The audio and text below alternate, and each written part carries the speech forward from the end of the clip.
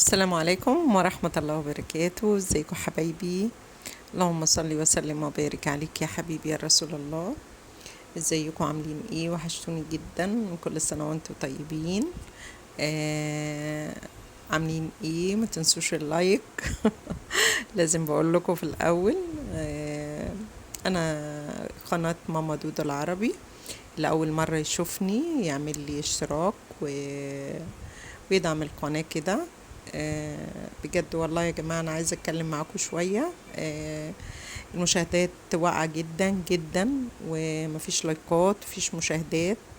الواحد بيتعب ومش بيلاقي بجد. فيا ريت نقف جنب بعض كده بإذن الله، وان كل واحد يعني ايه نعمل مع بعض كده اللايكات والمشاهدات. النهارده هنعمل ايه بقى؟ شيش طاووق. انا جبت وراك، ما جبت الصدور. وممكن تعمليه بالصدور الفراخ، بس انا جبت ايه؟ وراك. خليت الراجل هو اللي خليها لي وكده، ومسكتها نضفتها وغسلتها وخليتها زي الفل زي ما انتوا شايفين. وبعد كده هتبلها واسيبها شوية، وبعد كده نبهرها مع بعض. انا بحب ايه؟ ارش على الفراخ كده شوية ملح وزعتر وشوية آه، حاجات كده عشان تديله ايه نكهة قبل ما ادخله في التتبيلة.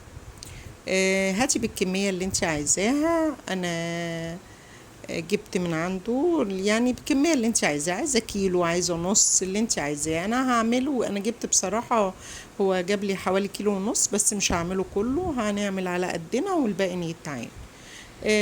زي ما انتم شايفين، عندي فلفل الوان طبعا، وشرايح بصل، وزبدايه، وكوبايه زي ما انتم شايفين الفنجان الكبير اللي هو الحلو اللي قدامكم ده.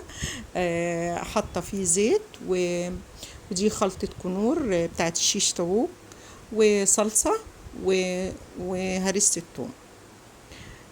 هريسه الثوم يعني مفروم. واحنا بقى معانا بقى البهارات بتاعتنا.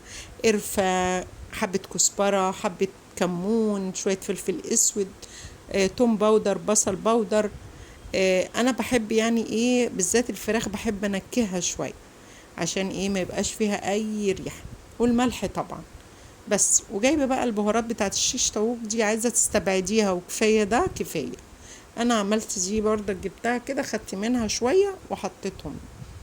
هنحط بقى، نجيب بوله ونحط فيها كوبايه الزبادي. ونحط بقى معلقه صلصه بوريه اللي هي الصلصه بتاعتنا اهي زي ما انتم شايفين كده. و... وهنحط بقى ايه تاني؟ نحط الزيت كمان، يعني كل المقادير بتاعتنا هنحطها فوق بعضها. اهو الزيت بتاعنا.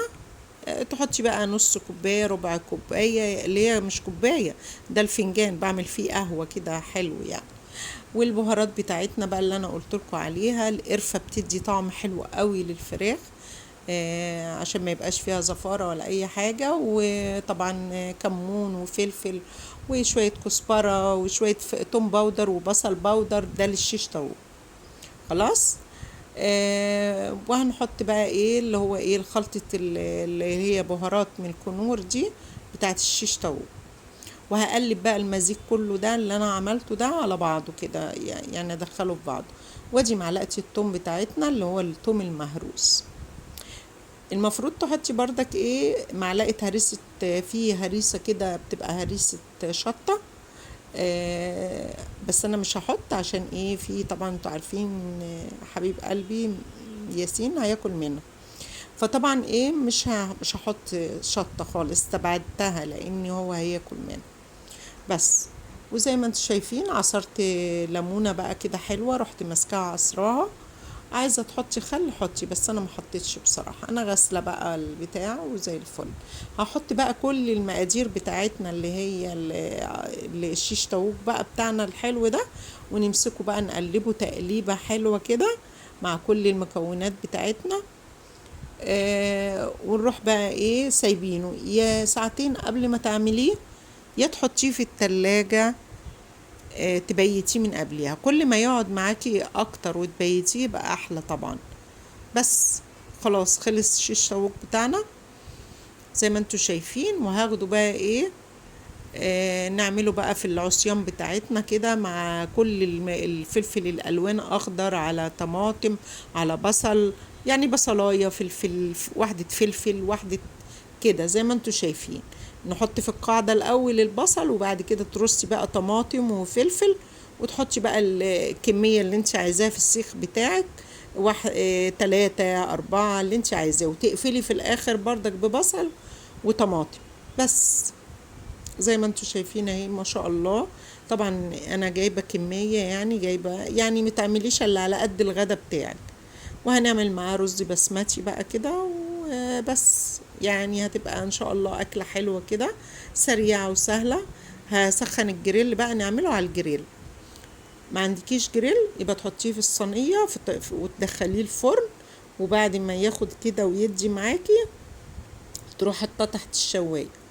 انا زي ما انتوا شايفين اهو، حطيته وسخنت الجريل ودهنتها شوية زيت صغيرين كده حلوين، ورحت بقى حاطه بقى الشيش طاووق بتاعنا كده الحلو ده عشان يديله صدمه وما يجيبش ميه. اهم حاجه ما يجيبش ميه، مش عايزينه عشان الخضار ده ما يجيبش ميه، احنا بنشويه.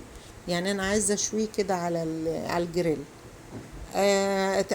الجريلة دي عندي بغطا، يعني ممكن اقفلها كده، بقفلها شويه عشان يعني ايه، يستوي من جوه. بس انا عايزاه يبقى مقرمش كده وحلو من بره وطري من جوه، ما يبقاش ناشف او يشد.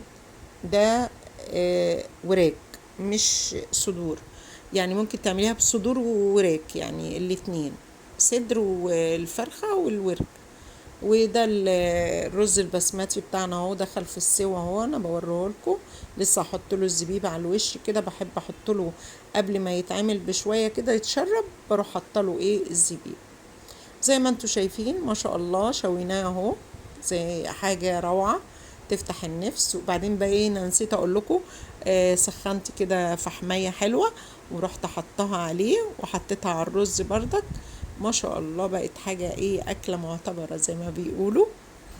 ألف هنا وشفا على قلبكم. ده من مطبخ ماما دودو العربي. عملنا الشيش طاووق بالرز البسمتي، تعمليه جنب مكرونة، تعمليه هو بصراحة يعني حلاوته كده جنب الرز البسمتي بيبقى حلو قوي يعني بصراحة، وخفيف وطلع جميل وصحي بقى. لو بتعملي دايت بتعملي صحي، مفيهوش اي حاجة، كله خضار ومفيد جدا يعني. ألف هنا وشفا على قلبكم. أنا حبيت أقول لكم بس وصفة شيش طاووق. وما تنسونيش في اللايك والشير والسبسكرايب وتفعلوا الجرس عشان كل ما انزل حاجة تيجي لكم. ونبقى على تواصل كده مع بعض بإذن الله، ويا رب كده يجعلها فتحة خير عليكم، ودخول المدارس إن شاء الله يبقى خير عليكم يا رب وعلى أولادكم. ده من مطبخ ماما دوتو العربي. ما تزعلونيش منكم واعملوا لي اللايك. السلام عليكم ورحمة الله وبركاته.